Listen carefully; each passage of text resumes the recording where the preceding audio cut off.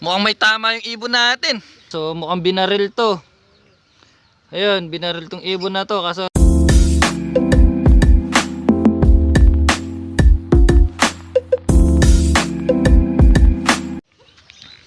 so guys, yan, good morning. Yan, kagising nga lang natin. Tinanghali tayo dahil medyo napuya tayo kagabi.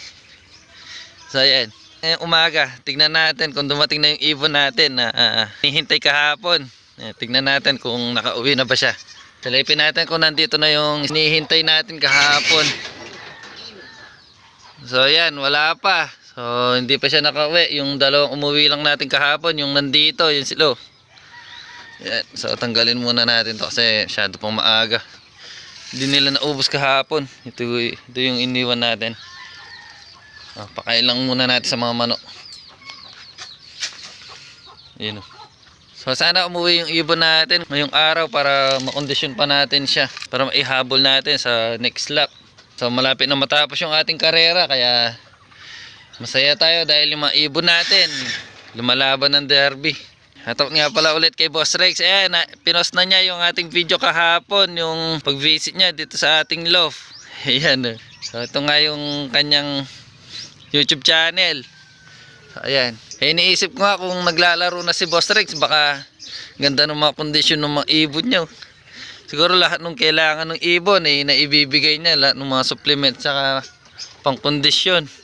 Sa atin kasi parang pakunti-kunti lang na ibibigay natin, hindi 100%, kaya siguro medyo nahuhuli tayo pag sa duluhan na. Medyo natatagal yung pag-uwi nila. So ito nga yung ating mga breeder. Yan. So ngayong araw nga ipipitasin na natin yung isa. Ayun o, ayun na siya, naglalakad-lakad na mag-isa. Ayun o. So kukunin na natin yan. So ilalagay na natin dito. Ayun o, dito sa may viewing natin. Kasama nitong dalawang binibigay natin kay Boss Rex. Ayan, so ilalagay na natin doon para habang di pa kinukuha may kasama siya. Ayan. Ito nga pala yung update sa ating mga sisiw. Ayun o, mga bagong pisa nung nakaroon na sisiw. Ang laki no, kaso hindi pa natin nalagyan ng ring. Wala pa tayong nabibiling ring. So nagtanong nga tayo sa club, kaso kahit dalawa lang sana, kaso wala tayong nabili. So, wala na palang inumin. Tapos pakainin natin bago natin iwan. Yung slow, wala na pagkain, naubos na. Ayan, nilagyan lang natin ng tubig. Ito yung painumin natin sa kanila. So ito nga yung sisiw. Ayun, nagtago pa. So ito nga siya. Ayun, malaki na. So tatanggalin na natin para hindi na siya sinusubuan. Yung mga parents niya makapagpahinga na. Total, tumutuka-tuka na rin to pag ganyang kalaki. Ayun. Painumin muna natin yung mga sisiw. Ito. Yan. So pinapainom ko nga nito. Yung mga sisiw natin na sinusubuan. Paiinumin na natin. So ganito lang karami yung pinapainom natin. So ito nga. Bago natin ilagay doon sa viewing section natin, papainumin ko muna nito.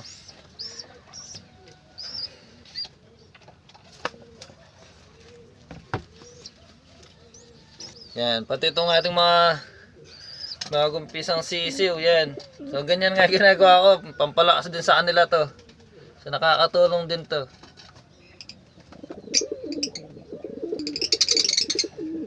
Yan. So ganyan nga yung araw-araw na routine natin dito sa loft. Ayan, ganyan. Mga sisiw, pinapainom natin ito tapos pakainin. So yan, tapos na tayo magpainom.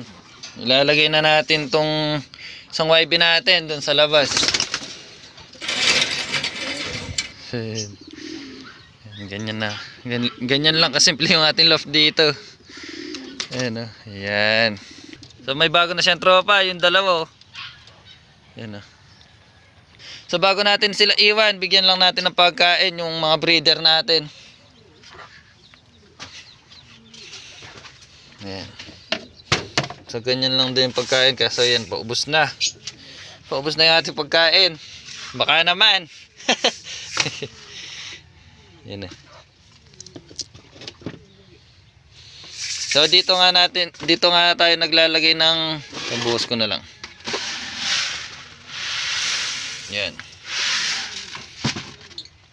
So So dito nga tayo naglalagay ng pagkain kasi bago natin pakain sa kanila, sinishake-shake lang natin na ganyan. Yan eh. Kasi para matanggal yung mga alikabok. Tsaka yung mga, kung may insekto, yan, matanggal. So kapag mga breeder, yan, dinadagdagan ko kasi may, nagpapasubo pa. Lalo na nagpapasubo. Baling marami kasi babalik-balikan nila yan habang nagpapasubo sila.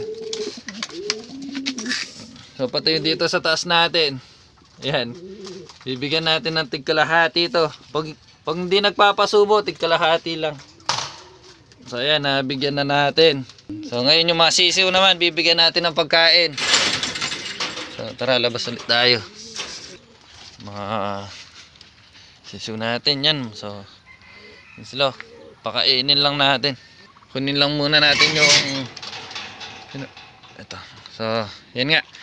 So, yung mga umuwi natin, ayan. So tinapon nga natin muna yung tubig nila dito kasi masyado pa maaga. Tapos to kukunin muna natin. Tapos tanggalin to kasi papainumin natin ng antibiotic mamaya. So hindi pwedeng, pag nagpainom tayo ng antibiotic, hindi tayo nagpapakain nito.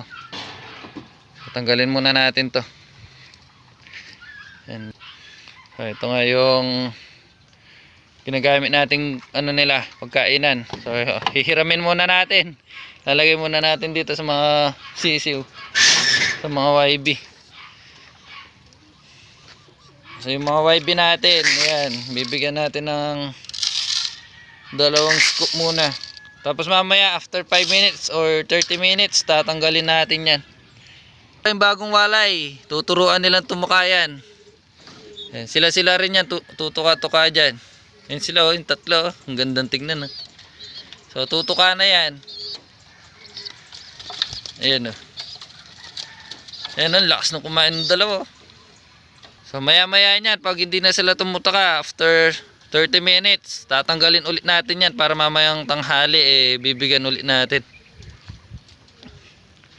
Yung dalawang umuwi natin dito, yan. So hindi pa natin bibigyan ng pagkain yan dahil masyado pa maaga. Mamayang bandang 8:30 or 9 pa natin bibigyan yan. Yan. Tapos yung tubig nila mamaya na rin. Pati yung ating mga stockbird, mamaya pa natin pakakainin yan. Sabay ng mga nakalaban natin, yung mga umuwi natin, yun, sabay na sila mamaya. So yan, habang wala pang oras, maglinis muna tayo sa bahay. So guys, bago tayo maglinis sa bahay, dahil kakagising lang natin, ayan o, magkakape muna tayo. Ayan. Tsaka habang nag-aabang tayo, ay, ayun o. So ayun o, so ayan o, habang nagkakape tayo yan, may dumating tayo. So habang nagkakape nga tayo, yan o, may nakita tayo dito sa loft. So umuwi na yung isang ibon natin na hinihintay kahapon. Ayun siya. So tignan natin kung siya ba to o yung mga ibang nakalaban natin na hindi pa umuwi. Ayun o, so silipin lang natin. Ayan siya o. Hala, mukhang may tama yung ibon natin. So papasukin ko na. So ayan, tingnan nyo, may tama yung ibon natin. Kasi may dugo eh. Mukhang may dugo yung ibon natin. Ayan. So heto nga yung ibon natin oh. Ayan oh, may dugo oh. Ayan oh. So may dugo yung kabilang pakpak niya. Heto nga oh, may sugat yung ibon natin. Kawawa naman, kaya pala hindi umuwi kahapon. So tignan natin sa labas kung malaking tama. So heto nga yung ibon natin oh. Tingnan nyo naman yung tama niya oh. Yan. So may tama siya banda rito. So gugupitin natin tong may parting dugo niya para makita natin yung sugat. Ayan. Ito nga yung ibon natin. Ayan oh. So ginupit nga natin yung may parting na to yung dugo niya. Ayan oh. Ayun yung sugat. So mukhang binaril to. Ayun, binaril tong ibon na to kaso nakalipad. Kaya hindi nahuli. Ayan, ngayong umaga lang siya umuwi. So ngayon bibili muna tayo ng gamot. Yung ilalagay natin dito sa may sugat niya. Ayan oh, lagi na sugat oh, para makarecover agad. Dito muna siya habang wala pa tayong gamot na nabibili.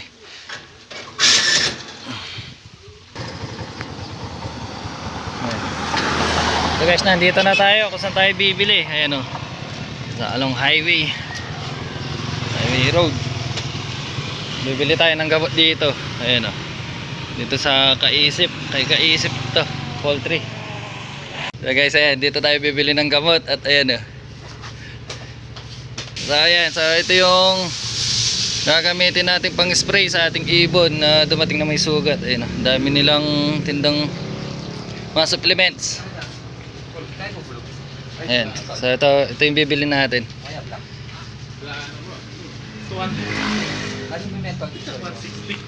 So ito nga, nakabili na tayo ng mga panglunas natin sa ibon natin. Ayan o, i-spray natin sa kanya sugat. Tsaka bumili na rin tayo ng chick booster para dun sa ating mga sisiw na ibon. Ayan, sa mga young bird natin. So dito sa may boundary ng Gatchawin at Bitas, ayan o, nag-iisa lang yan dito sa may highway Kaisip Poultry. So dito nga tayo laging bumibili. Ayan o. So uwi na tayo para magamot na natin yung ating ibon. Yan, nakauwi na nga tayo at kukunin na natin ibon natin para magamot na natin. Ito nga yung ibon natin oh. So gagamutin na natin yung kanya sugat. Panigurado na ano to, tinamaan ng bala ng baril. Mga airgun siguro, ganyan. So yung iskopeta mga tawag. Yung itsura nyo. So butas yung tagiliran. So kinapa naman natin, wala tayong nakakapambala. Sana hindi naman tumagos sa loob. Ayan, baka daplis lang. Pero mukhang malalim oh. Ayan oh, tibay ng ibon natin, nakauwi. Ayan oh, ayaw talaga magpahuli. Ayan, so ito nga yung nabili nating panggamot sa kanya. I-spray na lang natin yung sugat niya. Tapos painumin na lang natin ng ideal pills para pang recover. Ayan oh. So, i-spray lang natin to. Yan. So, yan. Hindi na nga natin masyadong nilinis yung gilid kasi litaw naman yung butas nung sugat niya. Ayan. So, i-spray na lang natin. Pero tinanggal natin yung nato yung dugo kanina. Ayan. So, ganyan lang muna. So, balik na natin dito sa kanyang pansamantalang kulungan para hindi na siya masyado may stress. So, tapos babalik na lang natin doon yung ibon nyo. Yung ibon natin oh, pumayat yung katawan eh. Sana makarecover agad para maisakay pa natin sa next lap. Ayan. Sabi nga natin sana umuwi siya kahit butas na siya ngayong derby. Kaso umuwi nga siya, dalawa yung butas niya. Butas na nga ngayong derby, butas pa yung katawan. So ayan, pero ang importante umuwi yung ating ibon. Ayan, ganyan katibay yung ating ibon. Kaya bilib ako sa ating mga ibon na ganyan umuwi kahit may sugat. Ayaw talaga magpahuli sa iba. Ibabalik na natin doon sa ating loft para makapagpahinga natin at hindi na masyado may stress. So, dito naman sa ating mga breeder, ayan, nagbibigay lang tayo ng chick booster, ayan, para doon sa may mga sisiw. Ganyan nga lang kasimple yung ginagawa natin. Yan, isang chick booster nga lang binili natin. So kasya na siguro yan sa ilang araw. So yung ating sandalong may sugat, ayan o, nakapahinga na dyan. Tsaka yung dalawa, yun o. So tatanggalin nga natin itong tira nilang pagkain para hindi sila magsawa. Ayan, alas 5 mahigit na. So magpapakain ulit tayo ng ating mga alagang ibon. At ayan o, tingnan nyo naman dahil malakas yung hangin dito. Ayan o, nagtumbahan yung mga saging. Yung isa pumatong pa dito sa may loft natin. Ayan o, buti hindi nasira yung loft natin. Ayan, kumakain na yung ating mga ibon, yung ating mga young bird. Ayan o, kumakain na rin o, ang lakas kumain. So ito nga yung ating ibon na may sugat. So tinignan ko na, tuyo na yung kanya sugat. So mamayang gabi nga ay lalagyan pa natin ng ganito. Ayan yung nilagay natin sa kanya sugat. Ayan, so bibitawan na natin siya dyan. Total, malakas-lakas na yan. Nakabawi na yan dahil nga binigyan na natin ng gamot. At heto, kanilang pagkain. So ibibigay na nga natin. Ayan. Hindi ko na nga muna nilagyan nito dahil tuyo na yung kanya sugat. Mamayang gabi na lang, yan. Para dire-diretso na yung kanyang pahinga. So bibigyan ulit natin siya ng gamot. So ayan sila, malakas naman sila kumain. Ito yung ating mga young bird. Ayan o. Ayan o. So tingnan nyo naman yung panahon dito, mahangin. Kaya nagtumbahan yung mga tanim na saging natin dito. Ayan. So hanggang dito na lang. Salamat.